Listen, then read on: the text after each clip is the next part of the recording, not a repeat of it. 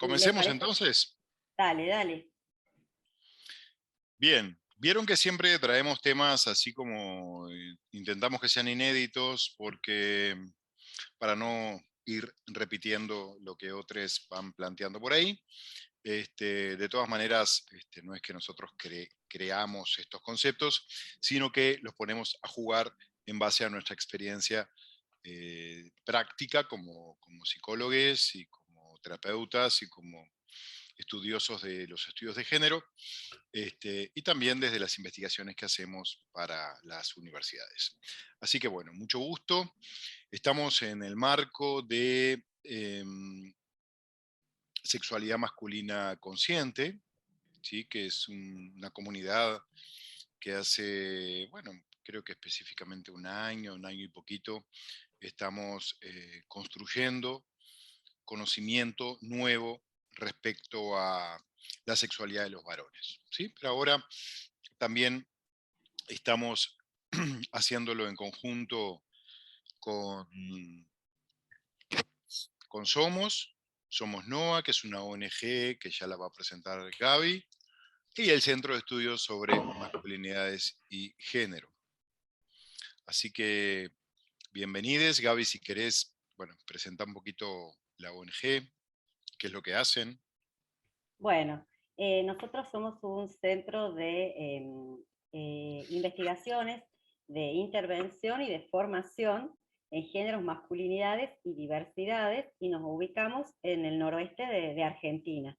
¿Sí? Nos interesa sobre todo formar y que esté presente la transversalización de la perspectiva de género, porque creemos que es indispensable hoy en día para tener una mirada abarcativa. Hola Jesús, ¿cómo estás? Un gusto volver a encontrarnos por acá, así que buenísimo. Bueno, entonces, la verdad que venimos trabajando muy bien con el centro que conforma Darío, somos muchos profesionales, acá en Tucumán también, involucrados en todo este proyecto, y creemos que una de las actividades que mejor resultan es sacar esto de la academia, sacar esto de espacios que solamente acceden algunas personas, y empezar a hacer circular el saber y compartir. ¿Cómo estás, Ana María? Y empezarlo a hacer circular y que todos construyamos y empecemos a poner en tela estas problemáticas, porque si no parece que no tiene nada que ver con la vida lo que uno produce de conocimiento, ¿no? Así que bueno, en ese sentido es que nos asociamos y estamos intentando construir saberes nuevos en función, como muy bien dijo Darío, de la experticia de la clínica, de lo que nos pasa, de lo que escuchamos también con grupos de amigues, lo que vemos en los grupos focales que podemos coordinar de las distintas actividades. Así que bueno, sin dar más vueltas, creo que estaría bueno que larguemos el tema de hoy. ¿Qué decís? Claro que sí, claro que sí. Bueno, en base al contexto en el cual nos encontramos, no sé si contexto COVID o post-COVID, bueno, eso es muy discutible. Todos queremos creer que es post-COVID, donde hemos vuelto a la presencialidad también en muchas áreas, en la universidad, en los trabajos, en los cursos, en las capacitaciones. Igualmente vamos a seguir por acá, capaz que no tan periódicamente, pero sí vamos a continuar en este espacio virtual hablando sobre sexualidad. Y en esta oportunidad nos pareció importante traer el concepto de sexualidad neoliberal, pero para eso nos parece crucial poder plantear lo que es el neoliberalismo, ¿verdad? Para poder después contextualizarlo respecto al concepto de sexualidad. Y podemos decir que el neoliberalismo es un movimiento social que aparece después de la Primera Guerra Mundial y tiene la característica de limitar al Estado en asuntos económicos y jurídicos también, pero básicamente económicos. Podemos entenderlo también como el conjunto de leyes que fomentan, primero, la competencia como característica fundamental de las relaciones sociales. Segundo, el mercado libre por sobre la planificación como eje central de la economía global. Tercero, la desigualdad social. Cuarto, fomenta también la distribución de la riqueza para algunos y no para otros en el sistema económico financiero. 5. La creencia de que la población tiene opciones democráticas, ¿sí? Pero en un marco restringido de libertad, reducido a comprar y a vender como sujetos involucrados en relaciones de consumo. Y por último, pues son varias características, el binomio jerárquico triunfadores-perdedores como un dispositivo de control necesario para que el mercado libre funcione de manera eficiente, lo que elimina toda posibilidad de negociación colectiva, ¿sí? O sea, es como que la comunidad no tiene posibilidades de negociar, ¿no? Porque el neoliberalismo no es algo que se perciba, que se observe, sí se puede concluir, pero no es un observable, como puede ser el gobierno, el Estado, ¿verdad? O sea, nadie vota el neoliberalismo directamente, ¿no? Sino que lo votamos a través de los gobiernos que después lo aplican o no lo aplican. En este sentido, el sistema neoliberal no solo fomenta la deshumanización y la dessubjetivación de las personas y propaga la injusticia del orden social, sino que también genera convulsiones sociales, las cuales pueden funcionar como motor tanto para una producción académica que fomente la conciencia social, como lo que hacemos con Gaby en las universidades, la resistencia y el cambio también se fomenta, como para el movimiento sindical y la organización de los colectivos que defienden los derechos humanos. Ahora bien, cuando la política neoliberal encuentra formas más refinadas para explorar y explotar, perdón, a los agentes sociales, se les ofrece a cambio el ingreso a un sistema que funciona sobre la base de la optimización personal, ¿sí? Que coincide con la optimización del sistema y se procura así la autoexplotación total a cambio de recompensas de bienes y servicios y, por supuesto, a cambio de la ilusión de poseer mayor libertad, ¿no? Si yo trabajo y trabajo para producir más dinero, que el dinero me da libertad, me convierto en mi propio esclavo, ¿no? Cosa que en la realidad es así. No se crean que estoy hablando solamente de la teoría, ¿no? Estos principios económicos liberales descansan sobre dos factores: la reivindicación del poder del mercado y de su papel en el desarrollo económico y social, y segundo, la prevalencia del sector privado sobre el público, que abogan para la eliminación de la función del Estado en dicho desarrollo.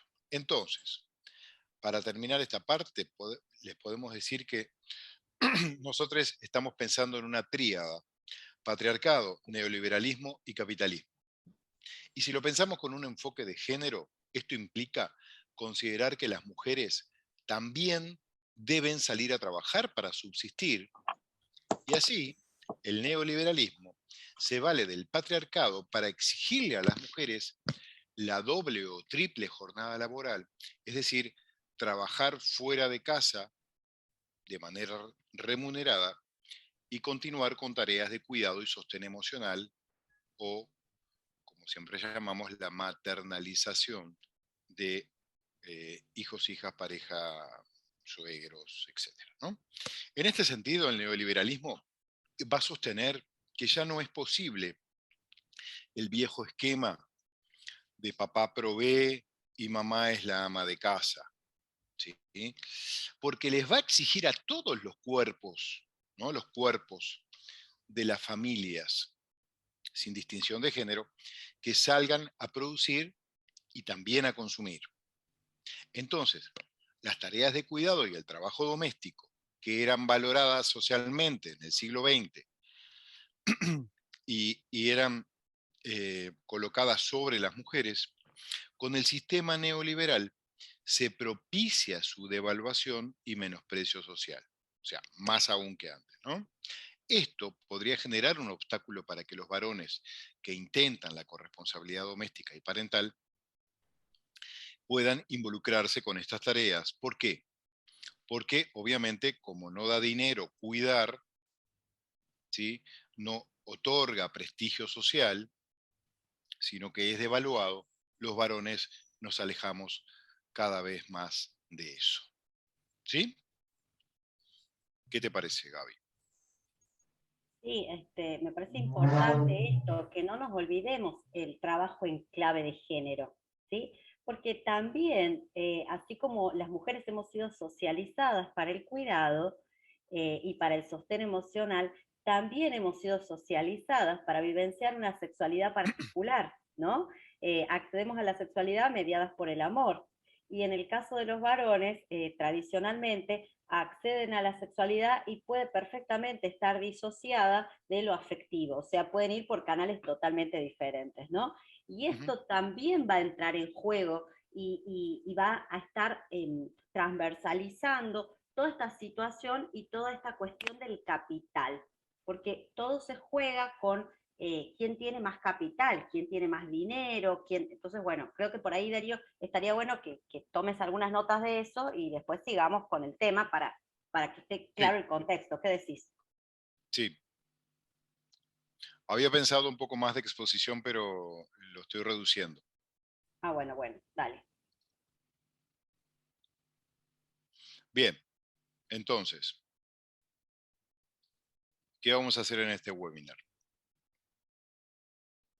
Bueno, si me permitís, largo yo, así descansas un rato la voz, Dale, dale. y le metiste desde un principio. ¿Qué queremos hoy, gente? No vamos a hablar de porno, no vamos a hablar de trata de personas, ni vamos a hablar de comercio sexual, ni vamos a hablar de prostitución. ¿Por qué digo esto? Porque sí son problemáticas actuales. O sea, no es que vivimos en un tupper y no sabemos que todo esto está sucediendo. Lo que queremos marcar es que ya han sido tratadas por muchos colegas y de una manera maravillosa, ¿sí? Entonces, ¿qué pretendemos hoy en nuestro siempre intento de innovar en la construcción de saber? Hacer un desplazamiento, correr el eje y enfocarnos en cómo este fenómeno neoliberal, que tan bien explicaba Darío recién, se va a extender a los vínculos sexuales cotidianos. ¿Por qué? Porque la lógica neoliberal, gente, está inundándolo todo. Porque el capitalismo también va a exigir que los cuerpos produzcan dinero, produzcan capital. Entonces, parafraseando a Judith Butler, podríamos decir que los cuerpos que importan en este contexto neoliberal son los que producen y los que consumen, es decir, los que son parte de esta lógica, ¿no? Ujú, exactamente. ¿Qué te parece, Gaby, si vamos comentando las diferentes características que hoy al principio nombré, que de repente lo largué así como una chorrera, capaz que no se registró bien? ¿Sí? ¿Querés comenzar, te parece? Dale, dale. A mí me gustaría quedarme con esta idea que vos presentaste al principio de los bienes de consumo, ¿sí? Entonces, me gustaría que nos interroguemos todos juntos acerca de la idea de la sexualidad como bien de consumo. ¿Y qué quiere decir esto? Que van a existir los cuerpos como bienes consumibles, es decir, como algo que yo puedo usar, de lo que puedo servirme para disfrutar o para satisfacer una necesidad o un gusto, ¿sí? Hasta ahí estamos. El consumo como eje de la conducta humana, pero con dos componentes, creo yo, nuevos. Por un lado, esta necesidad de lo nuevo, como que continuamente hay que cambiar, ¿sí? Ujú, Pero además, ¿cuáles son los cuerpos que importan, como dice Butler? Justamente no es una totalidad. Los cuerpos son seccionados, son cortados, son expuestos. Y yo, cobra mucha fuerza la idea de la imagen. Y yo me reía, entre comillas me reía, cuando los pacientes me mostraban las fotos de las apps de citas, donde en realidad lo que aparecían eran fragmentos de la mejor carne, entre comillas, en la vidriera de las redes, ¿no? Ofrecidas al mejor postor. Y me decía un paciente, ¿cómo te das cuenta que una mujer está separada? Porque en su Instagram primero son fotos de perros, hijos, gatos, familia, y después es una selfie tomada así, donde se le ven claramente las lolas, ¿no? Entonces, esta lógica, ¿no? Que ellos decían, y esas son las que tenemos que buscar, porque ahí aparece un nuevo concepto también de la sexualidad, que es el fishing, el pescar, ¿sí? Los varones dicen que nunca levantan tanto como ahora, porque las mujeres entramos en la lógica del mercado en muchas ocasiones, de empezar a mostrarnos a fin de que nos elijan. Entonces ellos dicen, un corazoncito por acá, un me gusta por allá, te comento una historia, y a todas le puedo poner hermosa, qué linda sos, y segura que alguna pesca para tener algo que hacer el fin de semana, ¿no? Entonces, fíjense cómo en esta excesiva fragmentación del cuerpo, para ver qué imagen muestro, qué perfil, qué todo, nos olvidamos de nuestra idea como seres integrales, y también lo afectivo queda por fuera.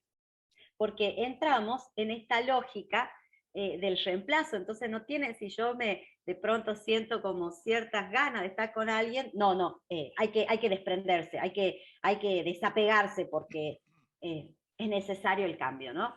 Y esto tiene que ver con esta lógica de la que vos hablabas, ¿no? De mercantilizar la sexualidad. ¿Cómo lo ves vos? ¿Coincidís, Exacto, no? totalmente. Y podríamos hablar entonces ahora, aprovechar para hablar de la segunda característica, ¿no? Que es la mercantilización de la sexualidad, ¿sí? Que es el proceso que transforma la sexualidad en mercancías comercializables con el fin de darle un valor de mercado.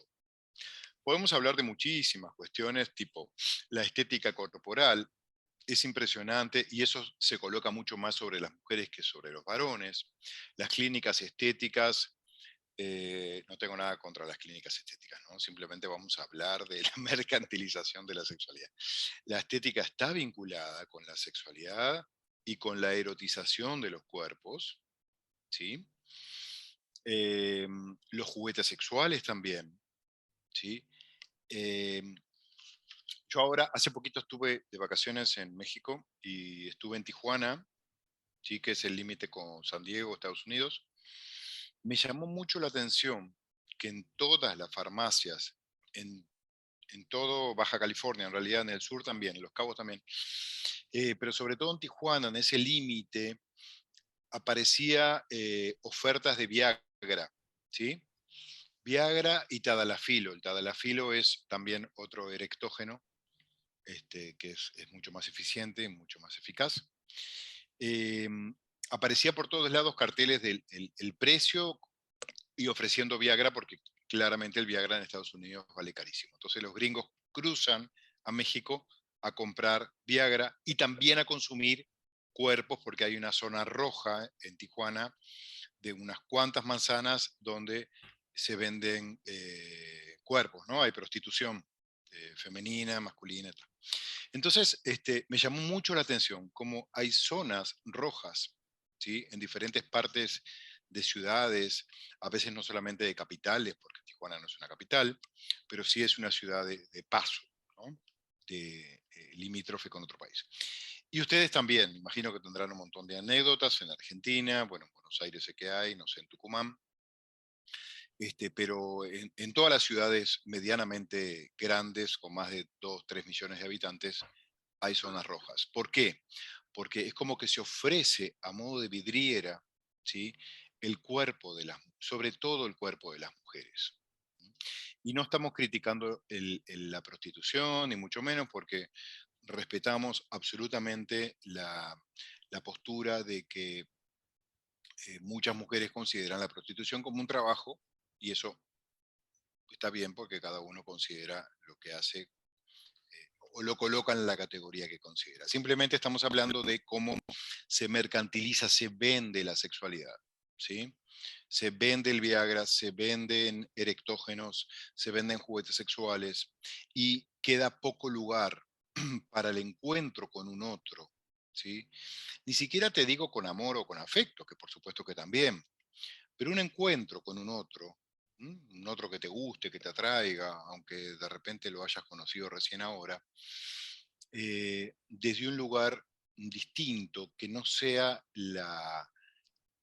la mercantilización, o sea, fetichizar el cuerpo del otro, o tener un encuentro con un otro porque es hermoso o hermosa y punto, ¿verdad?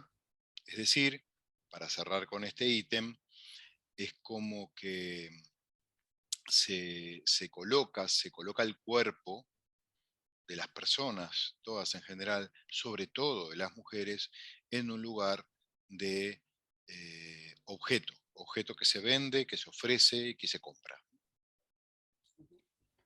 Sí, para mí lo que decís se asocia a la sexualidad, una sexualidad tramitada a través de una ley que todos conocemos, que es la de la oferta y la demanda. ¿Qué quiero decir con esto?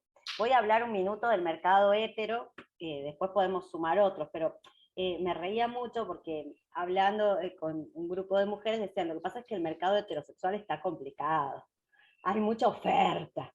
Y esto se asocia con lo que plantea Darío recién, porque como hay mucha oferta, tenés como que ponerte en condiciones para toda la oferta que hay, ¿no? Entonces tenés los refresh y los blanqueamientos de todas las zonas que te imagines, de la anatomía femenina, como manera también de más o menos volver a hacer sentir a los hombres que sos virgen, ¿no? Como o sea, de vuelta con una lógica bien masculina, ¿no? Mm. Y esto también se asocia con el consenso social que nos promueven todos que la idea de que la felicidad es directamente proporcional con todo lo que vos podés consumir.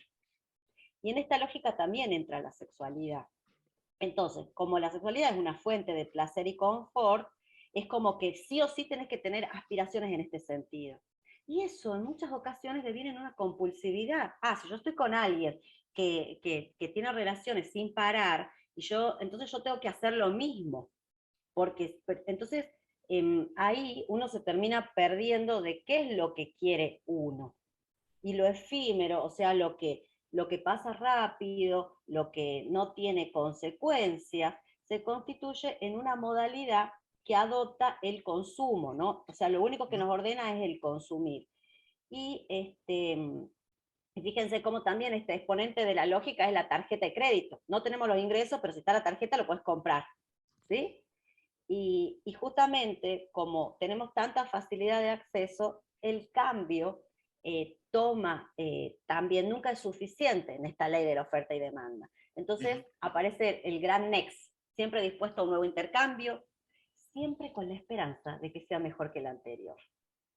El tema es que al menos yo en la clínica veo que los vacíos persisten.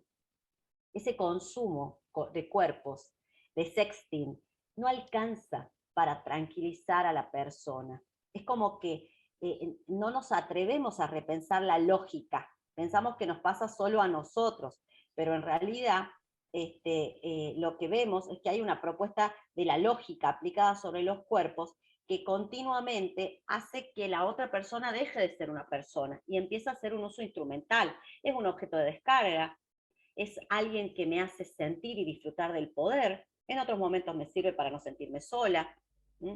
A veces también es una forma de aumentar mi autoestima porque me siento elegida o elegido. O porque de pronto eso me conecta con una sensación de apego, de protección. A veces también hago intercambios de mi cuerpo porque me conviene económicamente. ¿Sí? La situación está complicada y a veces puede ser una manera, digamos, de acceso cuando la misma lógica nos marca todo esto, ¿no? Y bueno, no sé, me parece que tenemos que empezar a pensar dónde queda nuestro deseo cuando entramos en esta misma lógica y no nos paramos un minuto a preguntarnos qué nos representa de eso, ¿no? No sé, Darío, ¿cómo lo ves vos? Exactamente. Y esto del deseo tiene que ver con otra característica que implica el tema de la competencia. Los varones heterosexuales no compiten por la estética, sino que compiten por el poder. ¿Sí? Y así podríamos decir que cuantifican las conquistas y compiten por quién tiene la mujer más linda, más hermosa, quién tiene mayor prestigio y quién accede a mayores bienes y servicios en función del poder. ¿Sí? Sin embargo, las mujeres y los varones gays por ahí compiten entre ellos por quién tienen el cuerpo más atractivo a fin de ser elegido como objeto sexual. Digamos que compiten por la estética, a diferencia de los varones hetero. Y la belleza se convierte en un medio de acceso al poder. Al poder porque el poder lo tienen los hombres. ¿Sí? O en el mundo gay serían los hombres activos. Los hombres pasivos buscan a los hombres activos para que les dé poder. ¿Sí? Entonces, el mundo de la competencia está directamente relacionado con la sexualidad neoliberal, porque el neoliberalismo lo que hace es fomentar la competencia entre personas, ¿sí?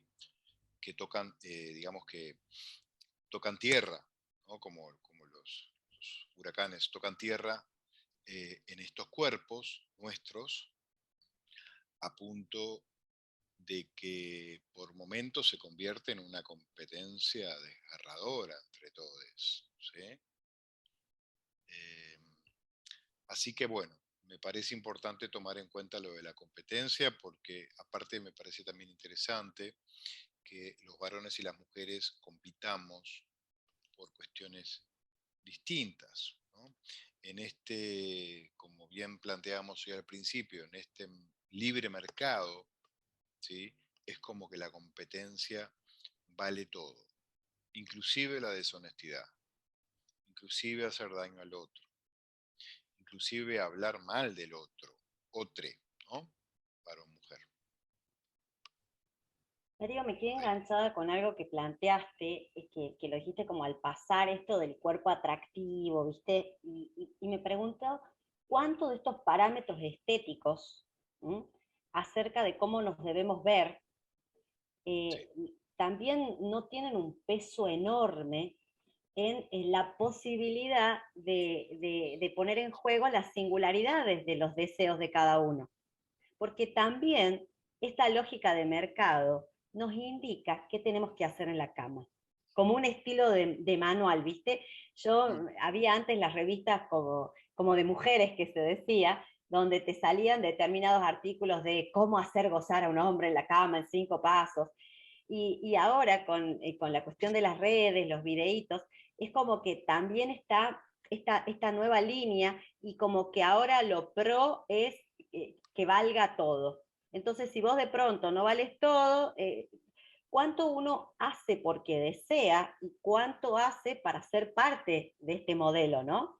Ujú. Y con respecto a la estética, fíjate cómo también me daba mucha gracia porque veía la otra vez un cubre ojeras masculino que le habían puesto de nombre como pintura para la guerra.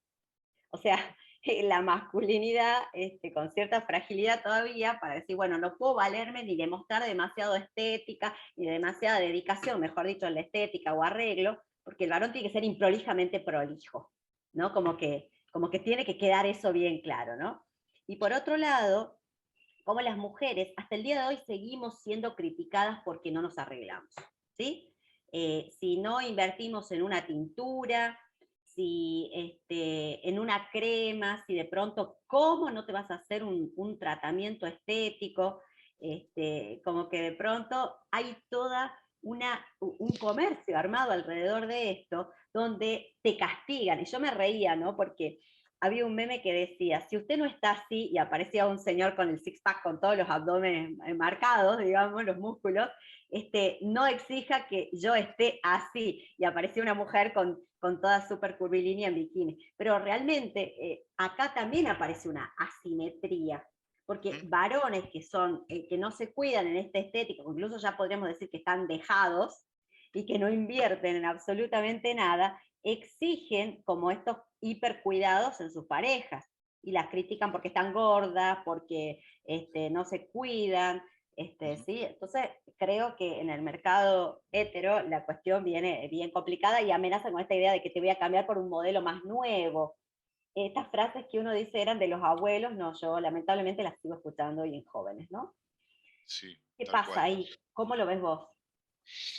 Y, a ver, esto yo lo engancho con otra de las características que hablábamos hoy al inicio, y que tiene que ver con la sexualidad neoliberal, obviamente, porque se genera como una suerte de sensación de libertad sexual, ¿viste? Es como que existe, circula una representación social de libertad sexual, ¿sí? Creemos que hay libertad sexual, pero en realidad, obviamente, no la hay, ¿sí? Porque no somos tan libres como creemos que somos. Inclusive, yo he escuchado mucha gente decir, yo soy hetero porque elijo ser hetero, o soy gay porque elijo ser gay. O sea, en realidad no elegimos nada de eso, ¿sí? Y con el mercado neoliberal tampoco elegimos un montón de aspectos que circulan en el colectivo imaginario y hacemos carne sin darnos cuenta, ¿sí? Eh, por ejemplo, las mujeres no pueden aún hacer lo que quieren en términos sexuales, a pesar de que hay mucho más libertad que hace algunas décadas, ¿sí? Y eso no es más que, esa libertad no es más que un espejismo, ¿verdad? Porque en realidad los arreglos vinculares se rigen por las leyes del mercado. Se demandan cuerpos femeninos lindos, entre comillas, y cuerpos masculinos poderosos, y eso genera la ilusión de que vivimos con la libertad de elegir estos cuerpos, o de tener estos cuerpos, o de estar 4 horas por día en el gimnasio para obtener estos cuerpos, y en realidad estamos siendo esclavizados por el sistema neoliberal, ¿sí? Eh, existe todavía esto de la represión sexual, ¿sí? Sobre todo en las mujeres, que impide que vivan en libertad, ¿sí? Los hombres también estamos pendientes del tamaño del pene, de la erección, si tenés una erección suficiente o no. Estamos pendientes de la minita que nos levantamos, de lo que piensan los otros hombres de esa mujer, si la mostramos o no la mostramos, ¿verdad?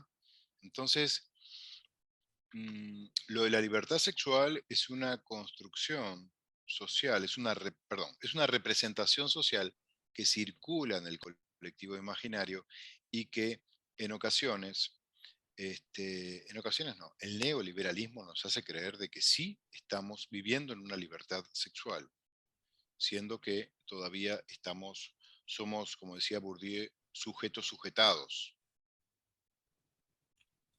por el sistema. Darío, me parece importante algo que vos dijiste, ¿no? Como al pasar, o sea, como esta ilusión de que somos libres, pero en definitiva entramos en esta lógica del consumo, Ujú. pero de un consumo que me gusta mucho de esto del touch and go, ¿viste? Es como Sí, que toco y me voy, ¿sí? O sea, eh, acá qué pasa, como que con este continuo consumo, es como que uno va al grano, va a los bifes, se dice acá en Tucumán, y después si te diste o no me acuerdo. ¿Qué termina pasando acá? Que anestesiamos sensaciones para un mejor desempeño. Usamos el sexo como un instrumento para eh, probar una serie de ideas sobre nosotros mismos. Encubrimos la sensibilidad y terminamos reduciendo ese encuentro a un ejercicio aeróbico, porque no importa de quién se trate, ¿sí? Hay que obtener esa sexualidad y muchas veces aparece como un elemento que calma, sin preámbulos, con poca seducción, Ujú. más yendo a los bifes, ¿no? Y estoy notando mucho, por eso me parece importante lo que hablamos en otro momento de la responsabilidad afectiva, cómo en los varones se juega un significado, el mismo que cuando nos acusan a las mujeres de ir al shopping, ¿viste? ¿Para qué te compras tantos zapatos y después no usas ninguno? Y los varones entran en una lógica de consumir cuerpos, los cuales luego los desplazan, los tiran, los desechan, sin ninguna explicación. Y aparece este fenómeno de me fantasmeó, el ghosting, ¿no? Que los muchachos después de que tienen sexo desaparecen y no les hablan más, ¿sí? A las personas, a sus partners. Entonces, es como que hay también un permiso social para que los varones ejerciten esta pulsión sexual, en cambio las mujeres no tanto, porque está avalado socialmente. Todavía existen estas ideas de que si vamos a poner en juego nuestros deseos, nuestra identidad, nuestro narcisismo se destruye porque entramos en esa categoría de malas mujeres que tanto nos han enseñado desde pequeñas, ¿no? Entonces, Exacto, bueno, creo que por ahí vamos. exacto, pero ¿sabes por qué los hombres no competimos con las mujeres? Por Porque uno tiene que competir con un igual. Y para nosotros, los varones, no para mí, ¿no? Sino en general, el colectivo masculino, las mujeres son perdedoras, ya por el hecho de haber nacido mujeres. ¿Sí? Entonces, acá aparece otra lógica, otra característica de la sexualidad neoliberal, que es el mundo de los triunfadores y los perdedores. ¿Sí? Los triunfadores son los varones con poder, con prestigio, con atractivo estético y que tienen acceso a todos los espacios y que tienen acceso, por supuesto, también a mujeres de su territorio y de otros territorios. Los perdedores van a erotizar los objetos degradados por los triunfadores. Las mujeres como con menos prestigio en el mundo de las mujeres, de la estética, de la clase, ¿no?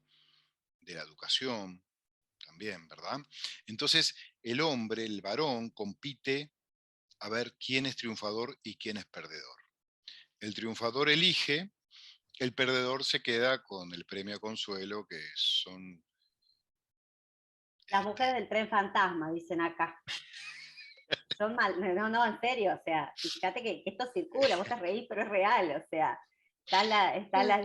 los chicos más jóvenes hablan de las milipilis, ¿no? Como las chicas rubias, medio tontitas, bonitas, pero como objeto deseable, ¿no? Entonces van cambiando los términos, pero sigue esta lógica. Darío, me parece que en esto que vos dijiste se filtra otra característica, y creo que sería la última, si no me equivoco, que tiene que ver con la desigualdad social. O sea, Ujú, eh, no todo el mundo tiene acceso al sueño americano de obtener el capital. ¿Sí? Hay desigualdades estructurales que llevan a que no todos tengamos esas oportunidades. ¿Y qué ujú. pasa? ¿Qué pasa con la angustia de no sentirte parte? Al menos en lo que fue mi investigación de la tesis doctoral, noté que muchos varones que no se sentían poderosos porque no tenían dinero y poder, que son los nuevos emblemas de la masculinidad neoliberal, se jactaban, o sea, se lucían porque garchaban mucho, como me decían ellos, porque tenían mucho sexo. O sea, que ante la imposibilidad de acceso a otros bienes materiales, de acceso al poder, la sexualidad aparece, el ejercicio de la sexualidad, como una herramienta compensatoria para no sentirse tan desigual en esta lógica que les da el poder a los triunfadores, nada más, ¿no? Ujú. Y le deja muy en claro a los perdedores que sigan participando. Entonces, bueno, estamos como medio jugados con el tiempo. ¿Qué te Sí. parece, Darío, si haces como una síntesis, que a vos te sale mucho mejor que a mí, sobre lo que entendimos por sexualidad neoliberal y así después damos espacio al debate? ¿Qué decís? Bien, perfecto. Lo que entendemos por sexualidad neoliberal tiene que ver con que este tipo de sexualidad descansa sobre los mismos pilares que sostienen al sistema capitalista, ¿sí? Habilitando un terreno propicio para convertir a los cuerpos en consumidores y consumibles, mercantilizando la oferta y la demanda de sexo, así como también organizando la sexualidad para construir un deseo en base a conseguir arreglos sexuales que generen el sentimiento subjetivo de libertad, ¿sí? En realidad, se trata de una ilusión de que somos libres en elegir lo que elegimos: orientación sexual, identidad sexual, sistema de pareja monógamo, actividades sexuales en la intimidad, gustos sexuales, frecuencia sexual y intensidad en la sexualidad. Yo a veces escucho gente decir, yo elijo la monogamia, ¿no? ¿Cómo puedes elegir la monogamia si la tenés impregnada desde el día que naciste? No elegís ser monógamo, tampoco elegís demasiado tener parejas abiertas, ¿no? Capaz que en ocasiones eso puede llegar a ser como una forma reactiva. No quiero generalizar. Entonces, la sexualidad neoliberal fomenta, como decíamos, la deshumanización y propaga la injusticia social, ¿sí? Los varones que experimentan una sexualidad neoliberal se basan en una competencia descarnada, sin valorar y sin involucrar el cuidado hacia otras personas, y considerar que el cuerpo del otro está a la orden para procesar su deseo sexual, que a veces no es un deseo sexual hacia el otro, sino que es calentura nomás, ¿no? Con una lógica coitocéntrica de deseo ilimitado disociado en otros centros. Entonces, podemos decir que lo opuesto a sexualidad neoliberal es, o lo podríamos llamar, sexualidad consciente. Consciente en el sentido de darse cuenta de que en qué momento histórico corporal estamos, cuáles son los mandatos sociales que nos conducen a desear y a gozar de la sexualidad. Y por último, cuáles son las sujeciones de género que la cultura impregna en nuestra subjetividad. Entonces, ahora te pregunto yo, a vos. A ver, ¿qué me vas a preguntar ya? Espera que me agarro porque tus preguntas siempre son así disparadoras, importantes. A ver. Sí, la pregunta sería, como para cerrar el webinar, ¿no? ¿Podemos pensar en este momento histórico en una sexualidad consciente? A ver, Para ello también, déjame terminar, es importante pensar en la posibilidad de establecer determinado tipo de crianza, me parece, ¿no? ujú. Pero es una pregunta que la dejo por ahí, te la dejo a vos y se la dejo también al auditorio para que, bueno, podamos ir escribiendo de repente a ver lo que nos parece. A ver, me encantó la pregunta porque creo que tiene que ver con esto que decías anteriormente, o sea, ¿cuál es el contexto social? Si estamos hablando, y sos histórico, si estamos hablando de que hay una ilusión de equidad y que muchas veces se avalan disociaciones entre lo que pienso, lo que siento, lo que digo y lo que hago, me parece que todavía no están dadas las condiciones para armar una sexualidad consciente. Pero en tanto la realidad social es construida, podemos deconstruirla y la podemos cambiar. Entonces, por eso me gustaría proponer, para cerrar esto, este, en empezar a hablar de las conexiones en intimidad. Salir un poco de esta idea del amor o de los encuentros sexoafectivos nada más, porque creo que ahí dejamos por fuera lo que nos hace realmente humanos y que es la posibilidad de tener matices afectivos por las personas, ¿sí? Y yo creo que lo que podríamos hacer para ir apuntando a una sexualidad consciente es corrernos de esta cuestión de las estrategias de manipulación mutua en las Ujú. relaciones sexuales. ¿Qué quiero decir con esto? Que cortemos con esta historia de los manuales de cómo conquistar a un hombre, cómo seducir a una mujer, qué le gusta, qué no le gusta, y que empecemos a entender la libertad eh, como vivir el sexo que deseamos con calma, no el que queremos que vivan los demás, o el que nos dicen que debemos vivir, ni tampoco prestando atención a este ritmo frenético que supuestamente debemos manejar, ¿no? Hay que ganarnos un sexo, hay que ganarnos un sexo con disfrute, sin hacer trampas, con honestidad, diciendo las cosas claras, porque no hemos olvidado, me parece a mí, que en la sexualidad podemos hacer lo que nos dé la gana. Y tratamos de adaptarnos a modas, a estos guiones preestablecidos que dicen que tenemos que hacer determinadas cosas porque eso se espera de nosotros, ¿sí? Pero yo creo que no nos tenemos que complicar más, ni esperar que siempre todo resulte perfecto, porque la sexualidad sigue siendo una cuestión de ánimo, una cuestión de piel, una cuestión de encuentro. Y justamente no nos caracterizamos por ser perfectos todo el tiempo, ¿sí? Entonces, poder jugar con esto de un modo creativo. Y también algo que va dirigido específicamente a todos es que podamos tener una buena relación con nuestro propio cuerpo y también con nuestro propio mundo de satisfacciones. Que tengamos la claridad de saber qué nos gusta, qué no nos gusta, y que tengamos capacidad de actuar en consecuencia, porque si no es como que, ay, él no me hizo llegar al orgasmo, ¿sí? Como que la responsabilidad de nuestro disfrute siempre está puesta para el otro. Entonces, si logramos la disponibilidad para el placer con nuestro cuerpo de una manera relajada, receptiva, sensible también, creo que eso corresponde a una mente que ya sabe vivir con estas mismas cualidades. Entonces, para cerrar, me gustaría decir como un pequeño aporte que la sexualidad, para mí consciente, implica que tengamos una claridad en nuestra mente de que vivimos como deseamos hacerlo. Y que esa claridad no nos abandone, que podamos cuestionarnos entre eso que sentimos, que decimos y que vivimos.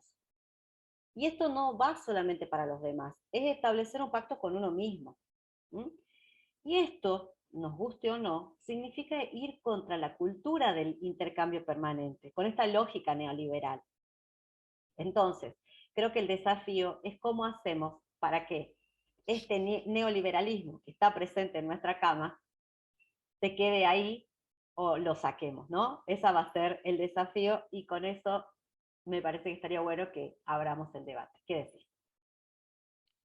Bien, Gaby, perfecto. Cerraste, buenísimo. No tengo mucho que agregar. Si les parece, ya estamos medio en hora, dejamos unos minutitos por si alguien quiere escribir algo, comentar algo, preguntar, criticar. No tienen por qué estar de acuerdo con lo que planteamos. Así que abrimos la posibilidad de comentarios.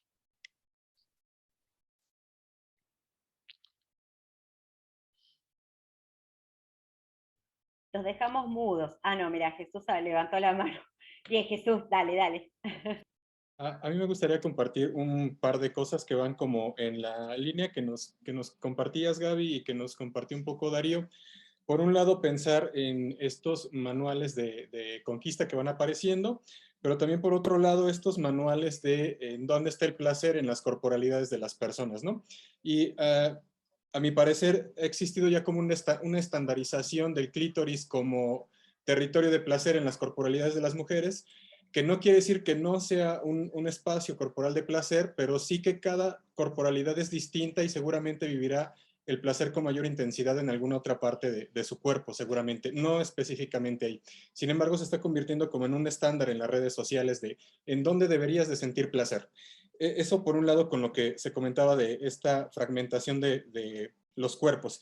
Y por el otro lado, con lo que compartía Darío, me queda esta sensación de cómo nos terminamos desentendiendo del cuerpo, los varones, cuando existe un acercamiento de placer con otros hombres.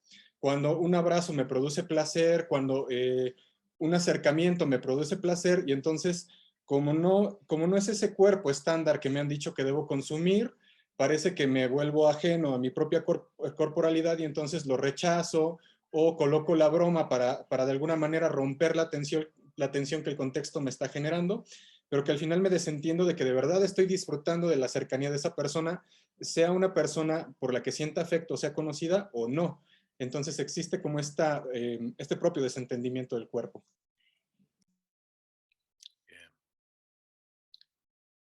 Bien, gracias Jesús. Sí, quisiera retomar esta segunda parte que me parece bien interesante de tu comentario.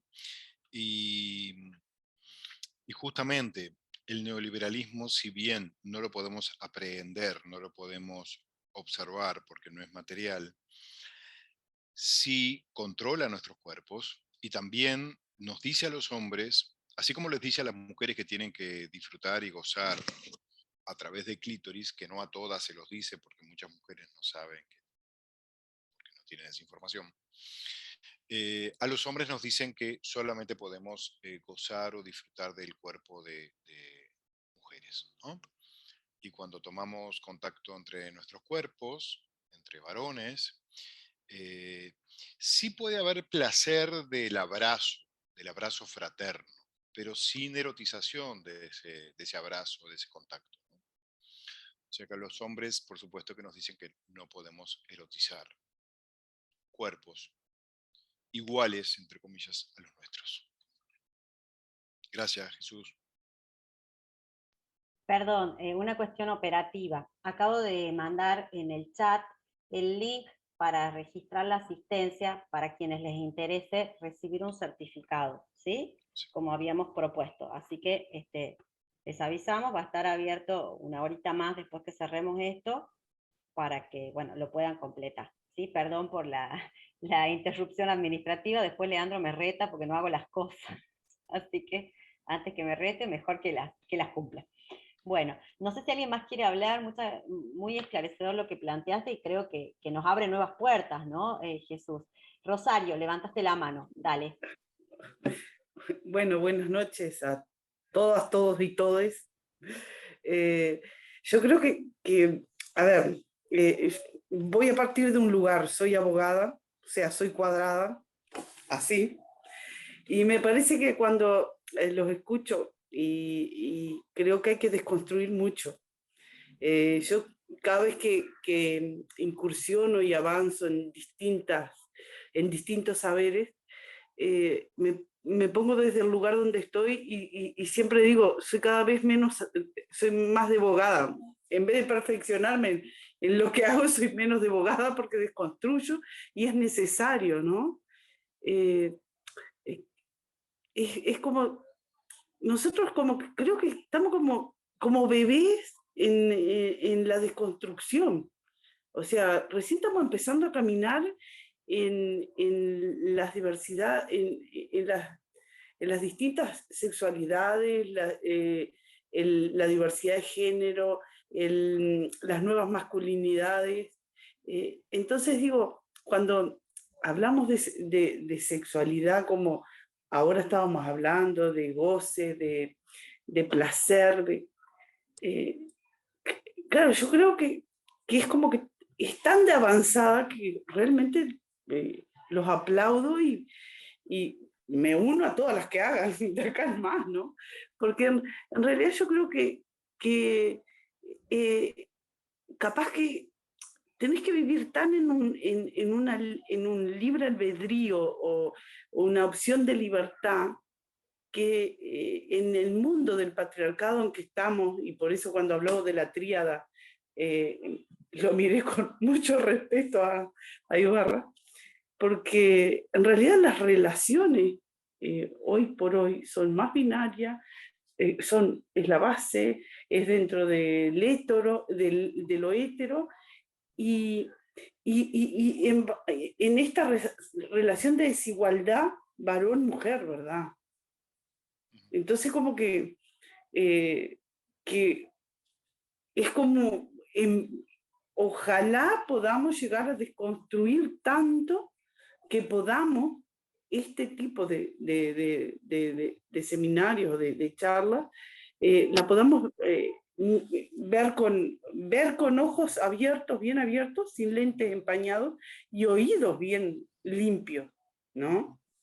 Porque nosotros estamos estructurados acá, ¿no? Yo trabajo mucho en violencia de género, ¿no? Y el patriarcado marca todo. Y es parte de la tríada esta que decían, ¿no? Y cuando lo pienso desde el enfoque neoliberal, ¿qué voy a hablar de perspectiva de género? Si estamos, es obvio. Me aclararon tanto desde el otro y que quiero avanzar en la perspectiva de género que están. Muchas gracias y la verdad que realmente es muy necesario tocar estos temas, más cuando estamos hablando de la atención a varones, ¿verdad? Y las masculinidades, ¿no? Si será que necesitamos los técnicos de este tipo de avance, más allá de lo personal, ¿no? Estoy hablando desde la mirada técnica y el poder incorporarlo en las intervenciones nuestras, ¿no? En el trabajo nuestro. Claro, claro. Así es, muchas gracias Rosario, pero realmente es esto, creo que hay que transversalizar y entender que todos somos parte de una trama donde también va a ser distinta el peso que va a tener la identidad de género, la orientación sexual, cruzado con la etnia, cruzado con la religión, o sea, no nos tenemos que olvidar que estamos siempre atravesados por estas múltiples significaciones, ¿no? Y el modo que hemos sido educados también. Gi, te damos la palabra. Está Hola, silenciado. Ahí estamos. buenísimo. Bueno, yo la verdad que siguiendo un poco, ¿no?, lo que dice Rosario, esto de bueno, que yo le había comentado a ella lo rico que son los encuentros con ustedes, de lo que aprendemos y de lo que vemos en la actualidad, ¿no? Sobre todo nosotros en la clínica, y Rosario también que trabaja desde otro lugar, si bien es abogada, ¿no? Y tiene otra mirada también de los vínculos y de un montón de cosas. No, yo solo quería como compartir algo de un paciente, porque me pareció tal cual todo esto que ustedes aportaron. Entonces es como, bueno, digo, voy como caminando bien con él, porque en realidad el otro día me planteaba esto, o sea, ha venido planteando esto de la insatisfacción a nivel de pareja, ¿no? O sea, tuvo 3 parejas largas, 2 o 3 parejas largas, y ahora se encuentra con 40 años en un mundo como de catálogo, me decía él, ¿no? Y que lo ha vivido en este último tiempo, en estos últimos años, unos 2 años atrás, y bueno, con la pandemia más aún, en esta cuestión de catálogo, de tener un catálogo en redes o de contactos con mujeres, y bueno, y de estar, yo le preguntaba si eso era como a nivel social, es decir, como que entre los varones era valorado eso, y él me decía que no va a comentarle a nadie, que era muy personal, que él se sentía muy bien con, bueno, un día llamar a una, y no podía pasar un fin de semana sin una, era como muy... entonces hemos venido trabajando, y el otro día me decía que como que era re bueno el ahora empezar como a bajar esa ansiedad y a poder empezar a sentir qué es lo que quiere, ¿no? Era como muy raro, muy loco para él, porque por todo lo que ha vivido y por todo lo que han vivido sus amigos varones, ¿no? O cómo están viviendo en la actualidad sus amigos varones. Pero él planteaba, ¿no?, esta insatisfacción, esta angustia. Entonces ahora estamos trabajando en esto de poder darse como ese espacio, de respirar, de sentir, de ver qué es lo que... Porque no hay satisfacción ahí, ¿no? En esto, en probar uno otro, y esa satisfacción personal que él decía, bueno, me siento como que la autoestima sube, pero no era algo que él, yo no soy así, me decía, tuve parejas largas, entonces, bueno, qué interesante esto que tal vez en pocos años ha venido dándose de una manera que envuelve, que nos envuelve a todos en esta bola de nieve, ¿no? Así que parar a hablar y a pensar y a sentir todo esto me parece que es bien importante, ¿no? Porque lo vemos, ¿no? Lo vemos en la clínica, lo vemos en las amistades, en los vínculos, es así. Así que bueno, muchas gracias, quería compartir esto. Excelente el ejemplo clínico allí que traes, porque fíjate cómo también en la socialización de género a los varones les han enseñado a formar el sentimiento íntimo de masculinidad a partir de una hipersexualidad, que a veces es más contada que actuada, porque bueno, no siempre, antes no había esa disponibilidad, y también en jactarse de esos logros frente a otros varones, ¿no? Por eso, y cómo hay una procesión que va por dentro, que tiene que ver con esa conexión emocional que él busca, pero no sabe cuál es el nombre, y que la puede sacar, y creo que tiene que ver a partir de que se hace un vínculo en la transferencia contigo, y que vos como mujer permitís que tome contacto con esos aspectos más emocionales que los varones en su crianza han sido como vedados, ¿no? Y que bueno, hay que trabajar para que se reconecten con esto, y creo que vas por muy buen camino. Así que bueno, felicitaciones por esa intervención que fue intuitiva, pero que va muy bien por esta lógica. Así que bueno, eso nomás. Muy bien, cierto, gracias, Gisela. Saluda a Adriana Miravalles, Hola, Maripaz, chica. Anabel. Bueno, estamos pasados de hora. Así Bueno, está que, bien. si te parece, cerramos. Agradecemos a todos la confianza, estar acá presentes en este espacio. Quien se anote, les vamos a montar el certificado en estos próximos días. Gracias, gracias a todos. Bueno, que tengan una hermosa noche y bueno, nos vemos prontamente en otro espacio. ¿Sí? Cuídense mucho. Chao, chao. Muchas gracias. Chao. Chau, chau.